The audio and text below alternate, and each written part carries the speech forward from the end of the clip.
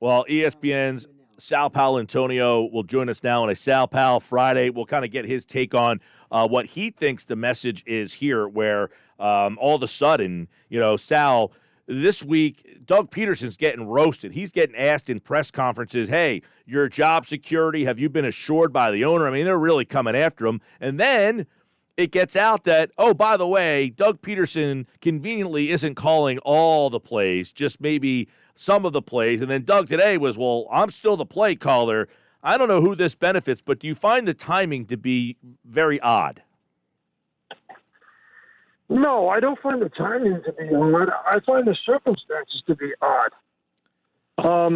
First of all, it doesn't matter who calls the plays. It's who's designing these plays. That's the most important thing. And from what I have seen and what I know, Press Taylor, as the quarterback's coach and passing coordinator, has been basically collaborating with the design of these plays all along. So I don't see Press Taylor as a solution to anything, really. Mm-hmm. I know they're very high on him. I know that the league is very high on him. But there are certain people who think that Press Taylor is the next Matt LaFleur or Sean McVay, a young, offensive coordinator who could be a head coach with the right quarterback situation. But so far, I haven't seen much in the way of coaching of Carson Wentz that has had any impact this year. So, to me, it's like, who's designing these plays and who's coaching Carson Wentz? And if you have a passing coordinator, Mike Gill, who's helping to call the plays, how does that help the run game?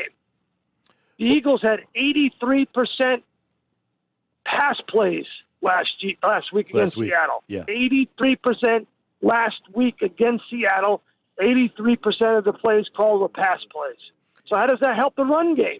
Yeah. I don't understand this, really. I really don't. Yeah, not a recipe for success. They run the ball almost the least amount of times out of everybody in the league, and yet their best weapon is a running back, right? So it seems like malpractice the way they're using Miles Sanders. Now, the game last year against Green Bay, they went up there on a Thursday night, Sal, and ran the ball 33 times and really had a lot of success. They did, but it was a different offensive line, and the Packers' defense wasn't as good. Now, they're not great against the run, but I don't think the Eagles will be able to exploit that very much in this game. Their offensive line is just too much of a mess. The first thing that goes when you have injuries on the offensive line, you know this, Mike, it's chemistry. Mm-hmm. It's a very intricate ballet, a very intricate physical ballet on the offensive line.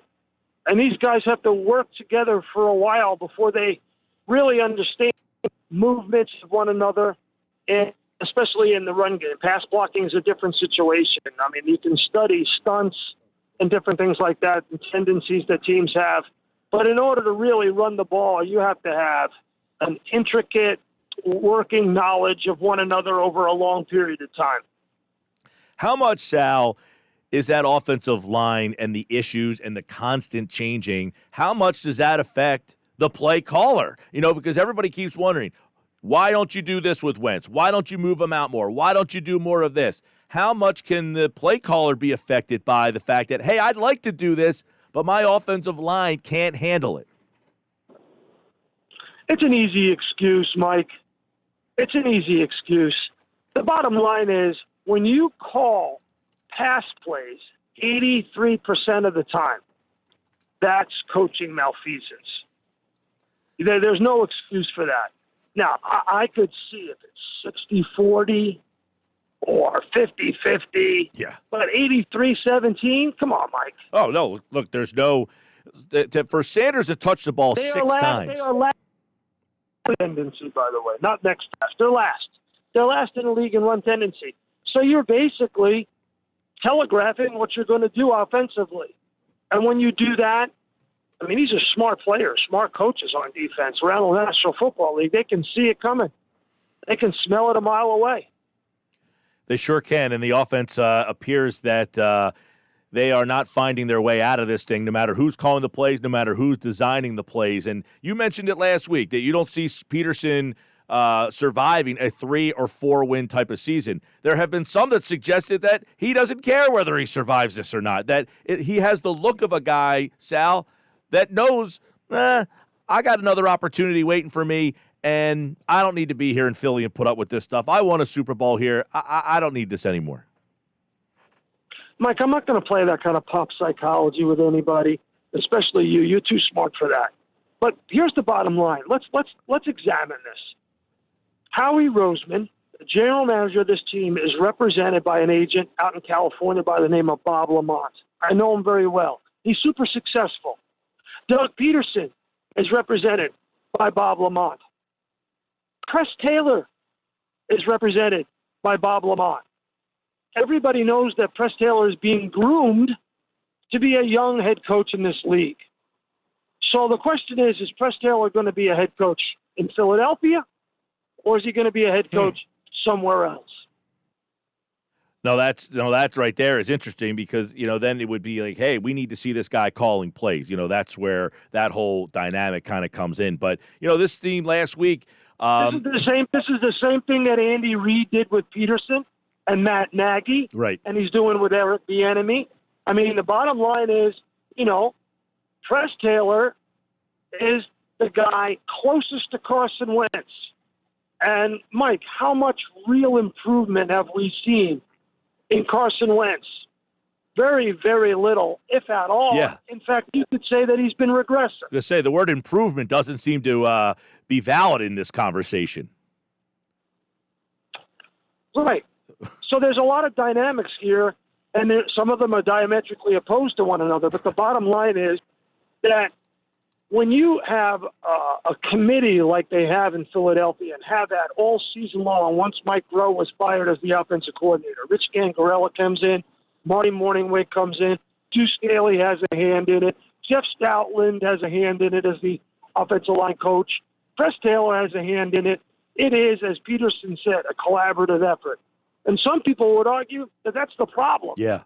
No, it's been by committee, and the result is that nobody has accountability or responsibility for improving anything. Right, exactly. I was just going to say, and the result is that nobody can point the finger directly at somebody because there's too many hands in the cookie jar. And that's everything, Sal. That's on draft day. That's on the offseason, is no one can definitively say, hey, so-and-so with authority made this pick. It's always there's always some sort of ambiguity, ambiguous of who. Ambiguity, right? Consensus, right? Consensus breeds ambiguity. Correct. That's what it does. Yeah, I've been off the last 2 days. So let's go back to your original question, because it's the perfect question to ask. Okay, what impact is this going to have? Well, we know Press Taylor is the quarterback's coach closest to Carson Wentz. We know this team has been throwing the ball and ignoring the running game.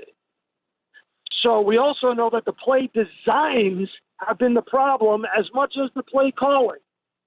So against the Packers, what should we see in order to see an offense that runs better, overall more productive and efficient? One, that 83-17 percentage, 83% call pass plays, 17% call run plays, should be drastically changed.